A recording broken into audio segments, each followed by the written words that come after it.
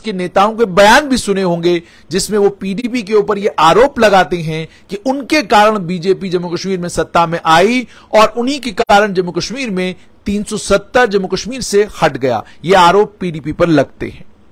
उसके बाद सिर्फ इतना ही नहीं, बल्कि गतिरोध पार्टियों के बीच में बना हुआ था। आपको याद होगा जब डीडीसी के चुनाव हुए तो पीपल्स कॉन्फ्रेंस ने नेशनल कॉन्फ्रेंस का और गुपकार का साथ छोड़ दिया। उन्होंने कहा नेशनल कॉन्फ्रेंस हम सबको इस्तेमाल कर रही है अपने फायदे के लिए, वो छोड़कर चले गए। और अब ऐसा लगता है कि पीडीपी भी गुपकार से बाहर निकलने के मूड में आ चुकी है। हो सकता है कल महबूबा मुफ्ती का एक बयान आए कि वहीदुर रहमान परा ने जो कुछ कहा वो पार्टी की सोच तो जरूर है, लेकिन 370 के लिए नेशनल कॉन्फ्रेंस और पीडीपी मिलकर आगे बढ़ेंगे। मगर आगे कैसे बढ़ेंगे? वहीदुर रहमान परा तो कहते हैं कि वो लुटेरे, वो डाकू जिन्होंने 1987 में चुनाव लूटे थे, वो लुटेरे आज दिल्ली में जाकर अलायंस की बात कर रहे हैं। तो इस तरह की शब्दावली, इस तरह के अल्फाज का, इस तरह के शब्दों का प्रयोग करना साफ तौर पर यह दर्शाता है कि पीडीपी ने नेशनल कॉन्फ्रेंस के साथ जो उनका गठजोड़ गुपकार में था उसे खैरबाद कह दिया है। अगर यह सच्चाई है तो फिर जब घाटी में कल असेंबली के चुनावों का बिगुल बजेगा या पंचायत या म्युनिसिपैलिटी के चुनाव होंगे, तो क्या सभी दल अपने अपने प्लेटफॉर्म पर चुनाव लड़ेंगे? क्या गुपकार के तहत सीट शेयरिंग नहीं होगा? और अगर गुपकार के तहत सीट शेयरिंग नहीं होगा तो क्या जो आज वहीदुर रहमान परा ने कहा है उसका कारण यह तो नहीं कि पीडीपी को भी यह महसूस होना शुरू हो गया है कि नेशनल कॉन्फ्रेंस बीजेपी के करीब करीब होती जा रही है? हालांकि कोई प्रमाण या कोई साक्ष्य इसका कहीं नहीं मिल रहा कि बीजेपी नेशनल कॉन्फ्रेंस के करीब है, लेकिन लोग बात करते हैं, ये कहते हैं कि डॉक्टर फारूक अब्दुल्ला के खिलाफ जेकेसीए का मामला है ठंडे बस्ते में। उमर अब्दुल्ला से सीबीआई ने एक बार पूछताछ की है, लेकिन उसके बाद मामला ठंडे बस्ते में। और उसके अलावा भी नेशनल कॉन्फ्रेंस के नेताओं की प्रॉपर्टीज के साथ छेड़छाड़ सरकार ने जरूर की, लेकिन बाद में मामले सब ठंडे बस्ते में। तो उन्होंने कहा जो ठंडे बस्ते में मामले जा रहे हैं, इनकी एक वजह शायद यह है कि नेशनल कॉन्फ्रेंस और बीजेपी के बीच में कुछ न कुछ खिचड़ी जो है वो दिल्ली में पक रही है। और जब किसी पार्टी का कोई जिम्मेदार नेता इस तरह के आरोप लगाए तो इन आरोपों में दमखम होगा, यह मान के चलना पड़ता है। क्योंकि नेताओं को नेताओं की खबर ज्यादा रहती है, उन्हें पता होता है कि कौन किसके करीब जा रहा है और कौन किससे दूर हो रहा है।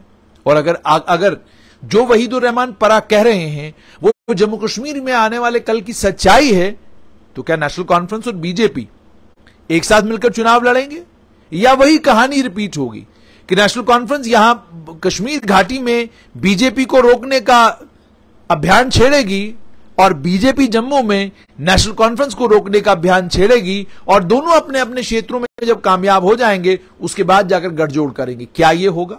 ये सब वो चीजें हैं, जो ये सब अटकलें हैं जो लोग लगा रहे हैं। लेकिन आज जो वहीदुर रहमान परा ने आरोप लगाए वो गंभीर है।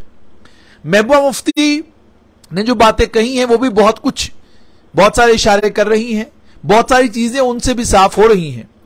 अब आने वाले कल में ये देखना है कि जो आज ये बातें वहीदुर रहमान परा ने करी हैं, क्या उनका मतलब ये समझा जाए कि गुपकार खत्म? क्योंकि आप गुपकार में बचे हैं डॉक्टर फारूक अब्दुल्ला और मोहम्मद यूसुफ तारगामी और मुजफ्फर शाह, और इनमें से आप जानते हैं कि राजनीतिक तौर पर ताकतवर डॉक्टर फारूक अब्दुल्ला के बाद अगर आज कोई घाटी में है कार्यकर्ताओं को ध्यान में रखते हुए तो महबूबा मुफ्ती हैं। कार्यकर्ता कम है, ज्यादा है, लेकिन दलबल उनके पास है। और आप दूर से तमाशा देखकर इस समय सबसे ज्यादा मजा जो इस सारे राजनीतिक समीकरण का ले रहे होंगे वो सैयद अल्ताफ बुखारी और सज्जाद गनी लोन ले रहे होंगे। अब वो ये कह रहे होंगे कि भाई हम पर तो आप लोगों ने तब तोहमत लगाई, आरोप लगाया, कहा ये नई दिल्ली के लोग हैं, नई दिल्ली ने बनाया है, नई दिल्ली की टीम है, बीजेपी की बी टीम है, बीजेपी की सी टीम है। अब तो आप एक दूसरे के ऊपर आरोप लगा रहे हैं। अब तो पीडीपी कह रही है कि नेशनल कॉन्फ्रेंस के नेता जो हैं वो दिल्ली में अलायंस की भीख मांग रहे हैं।